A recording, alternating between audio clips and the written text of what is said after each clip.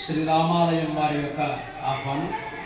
మన గ్రామంలో ఎన్నో సంవత్సరాలుగా మన చేత పూజలు అందుకొని ఈరోజు పునఃప్రతిష్ఠా మహోత్సవాన్ని, ఆలయ జీర్ణోద్ధరణ మహోత్సవాన్ని కావించుకుంటున్నటువంటి శ్రీ కోదండరామస్వామి, సీతమ్మవారు, లక్ష్మణస్వామి, దాసాంజనేయ స్వామి వారి విగ్రహాలతో శ్రీ నాగేంద్ర స్వామి వారి విగ్రహాలన్నీ కూడా రేపు 3వ తారీఖు తిరుమల తిరుపతి దేవస్థానం నుంచి మన గ్రామానికి వచ్చి మనందరి స్వహస్తాలతో మన అమ్మవారి ఆలయ సమీపంలో ధాన్యాదివాసం జరుపుకుంటాయి. రాగానే మళ్ళీ మీ అందరికీ కూడా తెలియపరచడం జరుగుతుంది.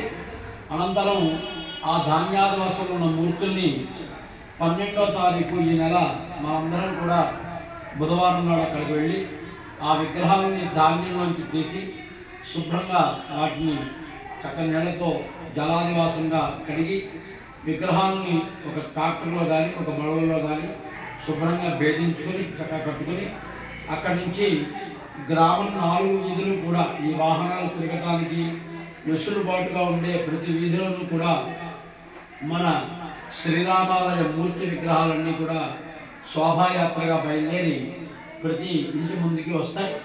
ఇంటి ముందుకు రాగానే మన గ్రామస్తులు ఏం చేయాలంటే ఒక బిందుతో నీళ్లు విగ్రహ వాహనం ముందు పోసి మంగళహారతులతో కొబ్బరికాయలు కొట్టి ఏదో కలిగిన పుష్పాలు పువ్వులతో ఆ దేవతామూర్తుల్ని స్వాగతం పలకాలి.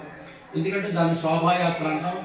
ఇవాళ గర్భాలయంలోకి మూర్తులన్నీ కూడా ప్రతిష్ఠ అయ్యాక మళ్ళీ మీకు కావాలన్నా మీ గృహం ముందుకు రావు. ఎందుకని ఈ విధంగా మనం చేస్తామంటే దీన్ని శోభాయాత్ర అంటాం.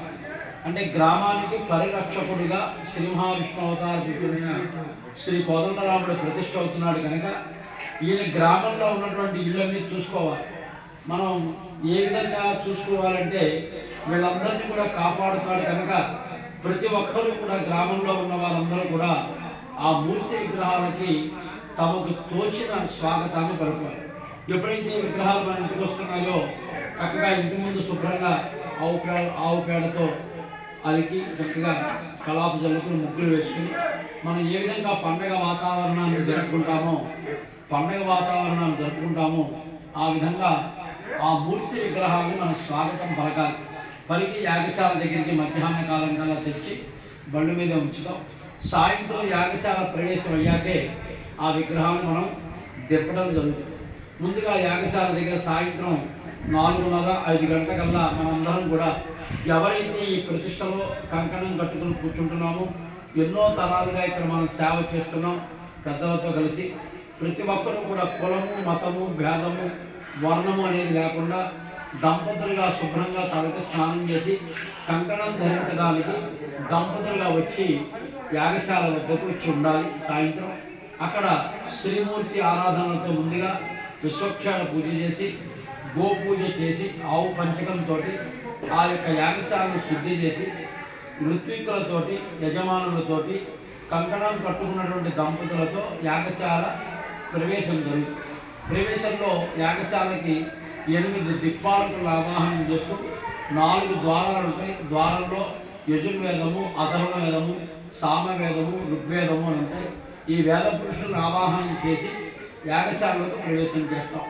ప్రవేశం అయిన తర్వాత యాగశాలలో యోగిని, క్షేత్రపాలక, నవగ్రహ, వాస్తు పురుష, సర్వతోభద్ర మండల ఆరాధన జరుగుతాయి.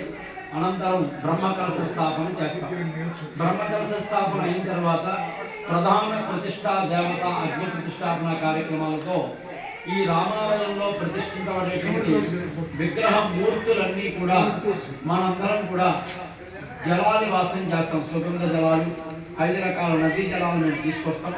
ఆ జలాలతో వచ్చిన గ్రామస్తులందరి చేత ముందుగా కంకణం కట్టుకున్న వారే కాకుండా అందరి చేత వచ్చిన విగ్రహాలకి జలాదివాసం మనం చేస్తాం.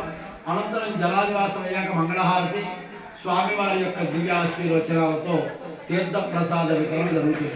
అది మొదటి రోజు కార్యక్రమం అండి. అలాగే 2వ రోజు మనం ఏం చేస్తామంటే